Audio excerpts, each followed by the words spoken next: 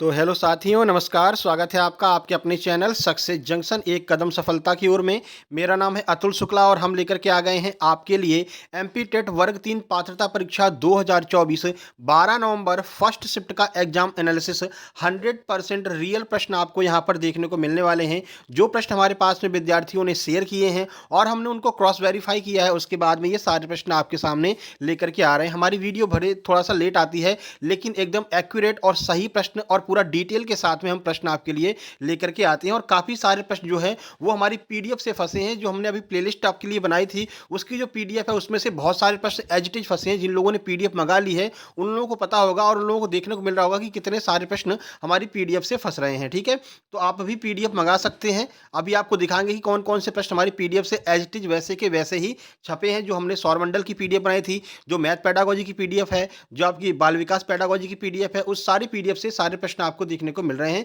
तो अभी जिन लोगों ने भाई कुछ भी नहीं किया, उनको लग रहा है अब एग्जाम तो देने जाना ही है, क्या करें, 2-4 दिन का समय है, तो आप पीडीएफ प्राप्त कर सकते हैं। उस पीडीएफ को पढ़ करके जाइए, आप आराम से क्वालिफाई तो एग्जाम कर जाएंगे। हाँ, अच्छे नंबर 100-150 तो नहीं आ पाएंगे, 100-120 नहीं आ पाएंगे, लेकिन आप क्वालिफाई जरूर कर जाएंगे। ठीक है, तो पीडीएफ कैसे प्राप्त करना है पहले वो बता दें, क्योंकि बहुत सारे लोग कल से कमेंट कर रहे हैं सर पीडीएफ कैसे प्राप्त करेंगे। तो पीडीएफ प्राप्त करने के लिए आपको कुछ नहीं करना भाई। सबसे पहले आप लोग दो काम कर सकते हैं। एक तो आप सीधे व्हाट्सएप कीजिए 7052547003 इस नंबर पर एमपी टेट पीडीएफ के नाम से आप जो है मैसेज कर दीजिए, तो वहाँ पर आपसे टीम संपर्क कर लेगी। इसके अलावा आप एक काम और कर सकते हैं, ये हमारा अकाउंट नंबर है एसबीआई का 2025277824। इस पर आपको मात्र 15 रुपये का पेमेंट करना है और उसका स्क्रीनशॉट इसी व्हाट्सएप नंबर पर आपको सेंड कर देना है। तुरंत की तुरंत आपको पीडीएफ भेज दी जाएगी। ठीक है, ये आईएफएससी कोड है। इसके अलावा आप चाहें तो गूगल पे भी कर सकते हैं, लेकिन इसमें क्या होता है, ये 30 ट्रांजैक्शन के बाद में इसको जो है अनअवेलेबल बताने लगता है। तो 30 ट्रांजैक्शन 3 बजे से शुरू हो जाते हैं। तो आप इसका स्क्रीनशॉट खींच करके 3 से 4, 5, 6 बजे तक जो है आप यहाँ पर गूगल पे के थ्रू भी यहाँ पर ट्रांजैक्शन कर सकते हैं। अपनी 15 रुपये सेंड कर सकते हैं और पीडीएफ मंगा सकते हैं। नहीं तो आप सीधे व्हाट्सएप पर यहाँ पर मैसेज कर दीजिएगा, मैसेज के थ्रू आपको जो है जानकारी दे दी जाएगी। ठीक है, तो आप जो है अगर अकाउंट में भेजना चाहते हैं तो आप फ़ोन पे पर जाएँगे तो टू बैंक और यूपीआई आईडी यहाँ पर आप जो है इस तरह से अकाउंट नंबर यहाँ पर डाल देंगे इसमें, और अकाउंट नंबर आईएफएससी डाल करके 15 रुपये सेंड करके अपनी पीडीएफ प्राप्त कर सकते हैं और आसानी के साथ में एग्जाम को क्वालिफाई कर सकते हैं। चलिए अब शुरू करते हैं, देखते हैं आज कौन कौन से प्रश्न देखने को मिले हैं। तो देखिए आज के जो प्रश्न है वो हमें सोनू राजपूत जी ने भेजे, इनके 89 नंबर हैं। सौरभ गुप्ता जी इनके 90 नंबर हैं। मुकेश अवस्थी जी 97 नंबर हैं। राहुल प्रजापति जी के 102 नंबर हैं। इन लोगों ने हमें ये सारे प्रश्न भेजे हैं। आप लोगों को बहुत बहुत धन्यवाद। आप भी प्रश्नों को भेज सकते हैं 7052547003 इस व्हाट्सएप पर मैसेज करके आप जो है प्रश्नों को भेज सकते हैं अपने नाम के साथ में। चलिए शुरुआत करते हैं। एनवायरनमेंट से शुरुआत करने वाले हैं, फिर आपको एनवायरनमेंट के बाद में आपको बताएंगे बाल विकास में क्या आया, हिंदी में क्या आया, इंग्लिश में क्या आया, मैथ में क्या आया, सारी जानकारी आपको हम देने वाले हैं। तो चलिए शुरुआत करते हैं। पहला प्रश्न देखिए, एमपीजी के स्टार्ट हो चुकी है और एमपीजी के वाली वीडियो आप देख लेना और पीडीएफ में एमपीजी की हमने करा रखी है। देखिए, बेवर कृषि किस राज्य में की जाती है, यह प्रश्न आज आपका पूछा गया था। तो आप सबको पता है बेवर कृषि अपने मध्य प्रदेश में की जाती है। अब बेवर कृषि के बारे में महत्वपूर्ण जानकारी देते हैं। देखिए, डिटेल वाली जानकारी हम क्यों देते हैं अभी आपको बताएंगे। कल जो हमने आपका ओजोन परत की डिटेल वाली वीडियो में थोड़ा सा एक टॉपिक पढ़ाया था, उसी से आज प्रश्न बन गया है, एक लाइन से ही प्रश्न बन गया है, इसलिए डिटेल में आपको हम जानकारी देते हैं। ठीक है, चलिए देख लेते हैं बेवर कृषि। बेवर कृषि मध्य प्रदेश में की जाने वाली एक पारंपरिक कृषि पद्धति है। इसे दहिया के नाम से भी जाना जाता है। यह एक तरह की झूम खेती है। झूम खेती में क्या करते हैं, जंगलों को काट करके वहां पर कृषि की जाती है। बेवर खेती में जंगल की जमीन को साफ करके वनस्पति को जलाया जाता है और फिर उस जमीन पर फसलें उगाई जाती हैं। इसे हम झूम कृषि भी कहते हैं। ठीक है, अब बेवर कृषि या झूम कृषि से जुड़ी कुछ महत्वपूर्ण बातें देख लीजिए, क्योंकि यहाँ से प्रश्न बन सकता है। तो यह एक आदिम रूप की खेती यानी पुरानी खेती है। इसे पीढ़ियों दर पीढ़ियों से आदिवासी समुदाय जो है करते आ रहे हैं। देखिए, बैगा जनजाति वन क्षेत्रों में बेवर कृषि करती है। बैगा जनजाति के द्वारा यह कृषि की जाती है। डिंडोरी जिले के समनापुर विकासखंड में कई गांवों में बैगा आदिवासी इस तरह की खेती करते हैं। अब यहाँ पर ये प्रश्न बहुत ज्यादा बनते हैं कि झूम कृषि को अलग अलग राज्यों में क्या कहा जाता है। तो व्यापम के द्वारा जो झूम कृषि के प्रश्न पूछे गए वो देख लीजिए। आंध्र प्रदेश में इसे पोंडू कृषि कहते हैं, मध्य प्रदेश में बेवर कृषि कहते हैं, उड़ीसा में इसे पामाडा भी कहते हैं, हिमालय के क्षेत्रों में इसे खिल कहते हैं और झारखंड में इसे कुरवा कहते हैं। ये सब आपको थोड़ा-सा देख कर के जाना है, क्योंकि आपको पता है कि अभी आज अखबार में ही निकला है कि जो एमपी टेट में है ना, एमपी टेट में एमपी के कम प्रश्न पूछे जा रहे हैं भाई, अदर स्टेट के ज़्यादा प्रश्न पूछे जा रहे हैं ईवीएस में। तो ये सब आपको पढ़ कर के जाना है, क्योंकि यहाँ से प्रश्न बन सकता है। चलिए अगला देखिए, टिहरी बाँध किस नदी पर बना है? कल बाणसागर पूछा था, आज आपका टिहरी पूछ लिया। 2 बाँध आज पूछे गए हैं। तो भागीरथी नदी पर टिहरी डैम बना हुआ है। देखिए, तो टिहरी बाँध टिहरी विकास परियोजना का एक प्राथमिक बाँध है जो उत्तराखंड राज्य के टिहरी जिले में स्थित है। ये पूरा प्रश्न हमने अपनी पीडीएफ में आपको कराया है, आपको याद होगा तो। इसे स्वामी रामतीर्थी सागर बाँध भी कहते हैं। यह बाँध हिमालय की 2 महत्वपूर्ण नदियों पर बना है, जिनमें से एक गंगा नदी की प्रमुख सहायक नदी भागीरथी है। तो भागीरथी नदी पर यह बाँध बना हुआ है, ठीक है? यह आपको याद रखना है। इसे स्वामी रामतीर्थी सागर बाँध भी कहते हैं, ये भी आपको याद रखना है। और ये आपकी 2 नदियाँ हैं यहाँ पर, एक तो भागीरथी, दूसरा भिलांगना नदी है, ठीक है? इसके संगम पर जो है इस टिहरी डैम को बनाया गया है, भागीरथी और भिलांगना के संगम पर। अगला देखिए, दूसरा डैम आज पूछा था कि कोयना बांध जो है वो किस नदी पर है? तो कोयना बांध आपकी कावेरी नदी कोयना नदी पर ही होगा, ठीक है? तो कोयना डैम जो है वो कोयना नदी पर ही बना हुआ है। चलिए कोयना डैम के बारे में कुछ महत्वपूर्ण जानकारी देख लीजिए, कहाँ पर यह स्थित है। तो कोयना बांध भारत के महाराष्ट्र राज्य के सतारा जिले में कोयना नदी पर बना है, ठीक है? महाराष्ट्र में यह डैम है। यह महाराष्ट्र के सबसे बड़े बांधों में से एक है। नदी को बांधने पर बांध के पीछे एक बड़ा सा जलाशय बन गया है, जिसे शिव सागर सरोवर के नाम से भी जाना जाता है। तो जो इसका डैम बना है, इसके पीछे जो जलाशय है उसे हम शिव सागर सरोवर कहते हैं, महाराष्ट्र में है। और कोयना किसकी सहायक नदी है? आगे 101% पूछा जाएगा। तो कृष्णा नदी की सहायक नदी है कोयना नदी, महाराष्ट्र में स्थित है। अगला देखिए, इनमें से कौन सी फसल जो है वो रोपण फसल नहीं है? आपसे रोपण फसल के बारे में पूछा गया था। अब ऑप्शन में गेहूं वगैरह दिया होगा, तो गेहूं जो है वो रोपण फसल नहीं होता है। अब रोपण फसलें क्या होती हैं और कौन कौन सी रोपण फसलें हैं, आइए देख लेते हैं, क्योंकि यहाँ से प्रश्न रिपीट होगा। देखिए, तो रोपण फसलें वे फसलें होती हैं जिनकी खेती किसी खास इलाके में बड़े पैमाने पर की जाती है। इन फसलों का स्वामित्व और प्रबंधन किसी व्यक्ति या कंपनी के पास होता है। रोपण फसलों के कुछ और उदाहरण कौन कौन से देख लीजिए, जैसे आपका कॉफी हो गया, काजू हो गया, रबड़, नारियल, कोको, सुपारी, ऑयल पाम, पाइमीरा, गन्ना, केला, ये सारे के सारे जो हैं ये आपके रोपण कृषि के अंतर्गत आएंगे। इनमें से ही सारे ऑप्शन दिए गए होंगे, एक इनमें से अलग दिया गया होगा, वही आपका आंसर होगा, ठीक है? अब देख लीजिए, रोपण आपके बारे में फसल पूछा, तो रोपण कृषि क्या होती है पूछा जा सकता है, क्योंकि आज झूम कृषि पूछी है, कल रोपण कृषि पूछेंगे। तो रोपण कृषि वाणिज्यिक कृषि का एक प्रकार है। इसमें एक फसल उगाई जाती है, इस एक बार रोपण फसल लगाने के बाद उसे बार बार लगाने की आवश्यकता नहीं होती। जैसे आपका गन्ना हो गया, कॉफ़ी हो गया, बार बार आपको उसमें खेती करने की आवश्यकता नहीं, एक बार आप लगा दीजिए, आपको जो है उसका फल मिल जाता है। तो इसे हम रोपण कृषि कहते हैं। उम्मीद करते हैं रोपण कृषि भी आपके समझ में आ गई होगी। चलिए अगला प्रश्न देखते हैं, भारत के पहले अंतरिक्ष यात्री का क्या नाम है? भाई सौर मंडल और अंतरिक्ष वाली वीडियो में पहला ही प्रश्न हमने यही कराया था, ठीक है? पीडीएफ में आप देख लेना। तो राकेश शर्मा जी के बारे में पूरा डिटेल में हमने बताया था, आपको ये भी बताया था कि भाई इन्होंने ही गाना गाया था सारे जहां से अच्छा, जब ये अंतरिक्ष में थे और इनसे पूछा गया था माननीय प्रधानमंत्री इंदिरा गांधी जी के द्वारा, तो इन्होंने इनसे पूछा कि अपना हिंदुस्तान कैसे लग रहा है? इन्होंने कहा था सारे जहां से अच्छा हिंदुस्तान हमारा, ठीक है? तो ये हमने आपको कराया था और आज देखिए आपके एग्जाम में पूछ भी लिया है। तो पीडीएफ से ही अपने प्रश्न आ रहे हैं, बिल्कुल भी परेशान नहीं होना, पीडीएफ पढ़ करके जाना है आपको, ठीक है? तो राकेश शर्मा जी जो हैं अपने भारत के पहले अंतरिक्ष यात्री हैं। देखिए, तो भारत के पहले अंतरिक्ष यात्री का नाम राकेश शर्मा है। इनका जन्म 13 जनवरी 1949 को पटियाला पंजाब में हुआ था। वे एक पूर्व भारतीय वायुसेना पायलट थे और किसी की हिम्मत ही नहीं होती भैया अंतरिक्ष में जाने की, ठीक है ना? तो पायलट थे तो चले गए। 3 अप्रैल 1984 को उन्होंने सोवियत इंटर कोसमोस के साथ सोयुटू टी-11 अंतरिक्ष यान से इन्होंने उड़ान भरी थी। इस उड़ान के जरिए वे अंतरिक्ष में जाने वाले पहले भारतीय नागरिक बन गए थे।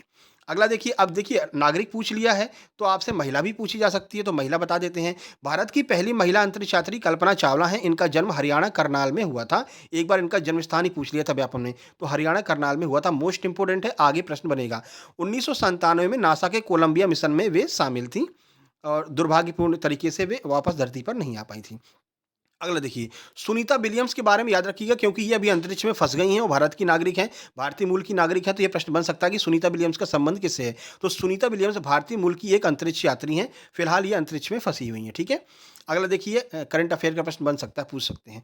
अगला देखिए, चंद्रयान 2 को किससे लॉन्च किया गया था? चंद्रयान 2 के बारे में पूरा डिटेल में आपको मैंने पढ़ाया है अपनी पीडीएफ में, देख लीजिएगा। तो जीएसएलवी मार्क 3 M1 से चंद्रयान 2 को लॉन्च किया गया है। चंद्रयान 2 के 2 प्रश्न पूछे गए थे और पिछली अभी कल या परसों वाले एनालिसिस में चंद्रयान 2 के बारे में पूरा बताया था हमने, ठीक है? यहाँ से 2 प्रश्न बने हैं, अभी देख लीजिएगा डिटेल में, इसीलिए हम आपको सारी चीज़ें डिटेल में समझाते हैं। चलिए देखिए, देखिए, भारत का दूसरा मिशन है आपका चंद्रयान 2 को 22 जुलाई 2019 को आंध्र प्रदेश के श्रीहरिकोटा से लॉन्च किया गया था, जहां पर आपका श्री सतीश धवन अंतरिक्ष केंद्र है। और किससे लॉन्च किया था? तो geosynchronous satellite launching vehicle mark 3 से इसको लॉन्च किया गया था। ठीक है? कुछ अन्य महत्वपूर्ण बातें चंद्रयान 2 के बारे में देख लीजिए, क्योंकि यहाँ से प्रश्न आगे भी बनते रहेंगे। चंद्रयान 2 में एक ऑर्बिटल, एक लैंडर और एक रोवर था। चंद्रयान 2 को लॉन्च करने के लिए इस्तेमाल किया गया जीएसएलवी MK3 भारत का सबसे ताकतवर लॉन्चर है। इसे पूरी तरह से देश में ही डिजाइन किया गया था। और क्यों किया गया था? कल वाली वीडियो में हमने आपको पूरा बताया था। चंद्रयान 2 के लैंडर को चांद की सतह पर उतरना था, लेकिन 7 सितंबर 2019 को तड़के करीब पौने 3 बजे लैंडर की क्रैश जगह पर लैंडिंग हो गई थी, जिसकी वजह से वो लैंडर खराब हो गया था और लगभग पहुंचते-पहुंचते हम लोग रह गए थे। ठीक है? तो चंद्रयान 2 का लैंडर आपका अभी भी ऐसे उल्टा गिरा हुआ है। चंद्रयान 3 अब पहुंच चुका है, तो उसकी कोई ज़रूरत ही नहीं है। चंद्रयान 2 के ऑर्बिटर ने चाँद के दक्षिणी गोलार्ध का अध्ययन करना जारी रखा है, यानी ऑर्बिटर अभी भी काम कर रहा है। एक प्रश्न पूछा था कि चंद्रयान 2 का जो रोवर था, उसका नाम क्या था? तो प्रज्ञान रोवर था, आपको याद होगा। ये प्रश्न आज बना है, आज ही का प्रश्न है कि रोवर का क्या नाम था? तो रोवर का नाम प्रज्ञान था, ये याद रखिएगा। आगे भी ये प्रश्न बन सकता है। रोवर और जो आपका लैंडर है, विक्रम लैंडर है, प्रज्ञान रोवर है। कल वाली वीडियो में बताया था, आज वाली वीडियो में आ गया है। इसीलिए आपसे कहते हैं कि पूरा देख करके जाया कीजिए। एनालिसिस लास्ट देखिए, पोषक तत्व किसे कहते हैं? आज पोषक तत्व और भोजन से भी प्रश्न आए हैं, तो अब ये कल का ही लिखा रह गया जसप्रीत बुमराह। ठीक है? पोषक तत्व के ऑप्शन तो कुछ ऐसे ही दिए गए होंगे। चलिए देख लेते हैं कि पोषक तत्व हम किसे कहते हैं। तो देखिए, शरीर को पोषण देने वाले रसायन या पदार्थों को पोषक तत्व कहते हैं। ये शरीर के लिए जरूरी होते हैं और शरीर की सभी गतिविधियों को चलाने में ये हमें ऊर्जा देते हैं। कौन कौन से पोषक तत्व हैं, पूछा जा सकता है। तो मैक्रो न्यूट्रिएंट्स कौन कौन से हैं देख लीजिए। कार्बोहाइड्रेट हो गया, प्रोटीन हो गया, वसा, पानी। सूक्ष्म पोषक तत्व में आपका विटामिन और खनिज आ जाएगा। ठीक है? तो ये सारे आपके पोषक तत्व हो जाते हैं।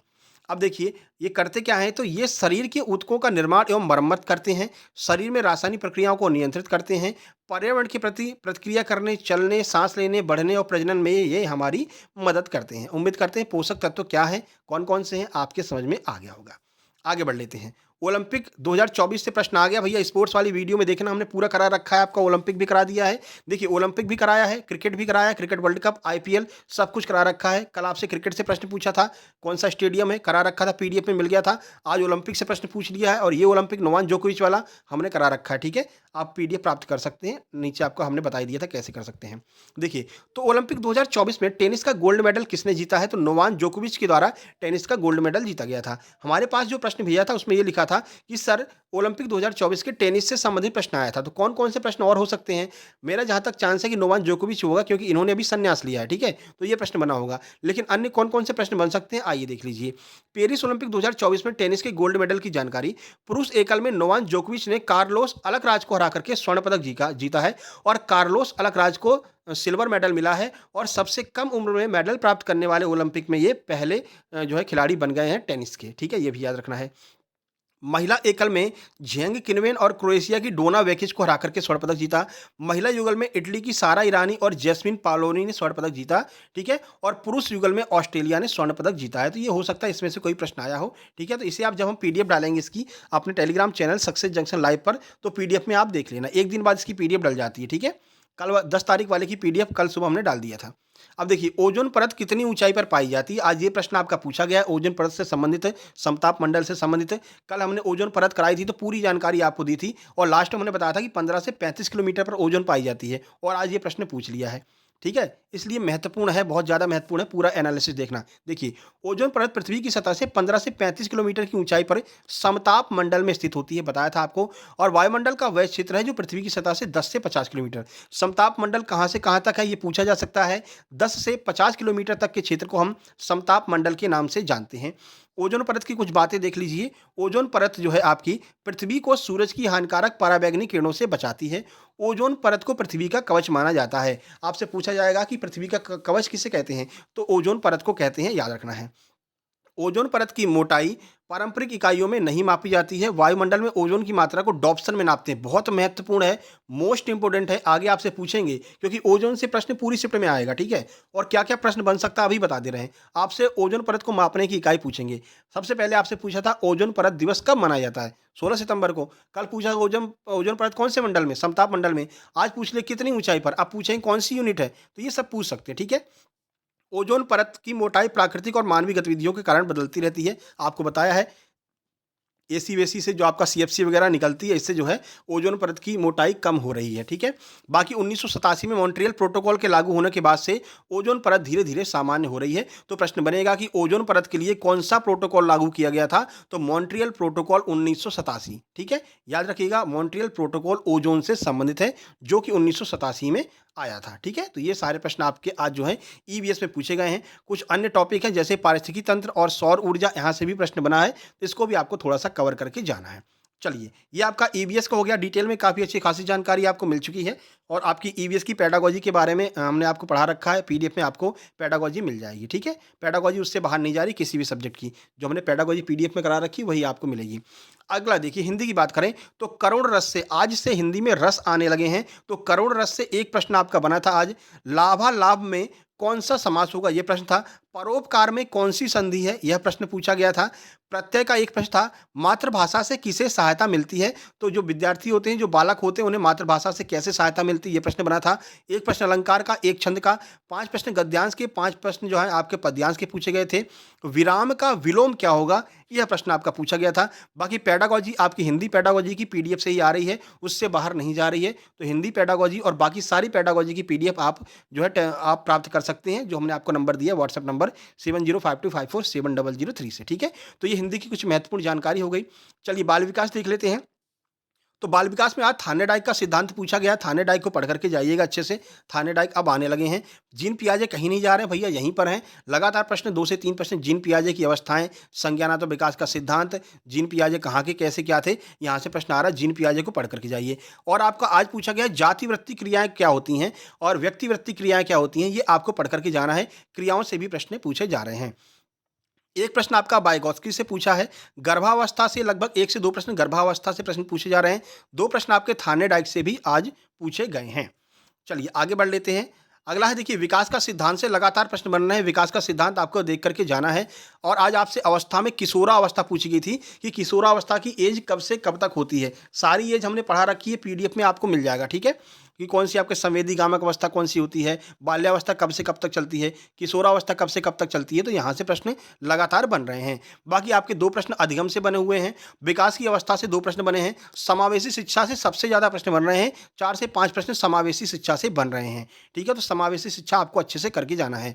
बाकी पिछड़े बालक और दिव्यांग बालक से 1 प्रश्न और 1 प्रश्न आपका पावलोव से बना है। बुद्धि के सिद्धांत से भी प्रश्न आपके बने हैं। तो बुद्धि को भी आपको अच्छे से करके जाना है, अच्छे से पढ़ करके जाना है, ठीक है। चलिए, अगली बात करते हैं हम संस्कृत में क्या क्या आज नया कुछ देखने को मिला है। तो आपके 2 पैराग्राफ संस्कृत में आ रहे हैं, गद्यांश पद्यांश 5-5 प्रश्न आ रहे हैं। धातु और लकार से 2 प्रश्न डेली पूछे जा रहे हैं, इस शिफ्ट में पूछे गए। 1 प्रश्न विभक्ति का, एक आपका पेडागोजी में जो है यहाँ पर भी आपके जीन पियाजे और थानेडाइक महोदय जो है आपके यहाँ पर पूछे जा रहे हैं। और आज हास्य रस जो है वो आपका संस्कृत में पूछा गया है, ठीक है। तो करुण रस हिंदी में, हास्य रस संस्कृत में। और संस्कृत में पूछा था कि नद्यार्पण में कौन सी संधि होगी, यह आपसे पूछा गया था। उसके बाद में आपका श्लोक से प्रश्न यहाँ पर बन रहे हैं, जो आपके कक्षा 6वीं 7वीं के श्लोक है ना, वहाँ से श्लोक को पूरा करने के लिए, जैसे विद्या ददाति विनयम है ना, ये है। तो इसमें क्या कर रहे हैं, विद्या ददाति और डैश छोड़ दे रहे हैं। बताइए डैश में क्या आएगा। तो ऐसे थोड़े बहुत श्लोक जो कक्षा 6वीं 7वीं के हैं वो यहाँ पर पूछे जा रहे हैं। तो थोड़ा बहुत उनको देख करके जाइएगा, जो बहुत फेमस है, ठीक है। बाकी समास के 1 से 2 प्रश्न और वाइगॉत्स्की से जो है आपके प्रश्न यहाँ पर देखने को मिले हैं। संस्कृत में वाइगॉत्स्की से जो है प्रश्न देखने को मिले हैं।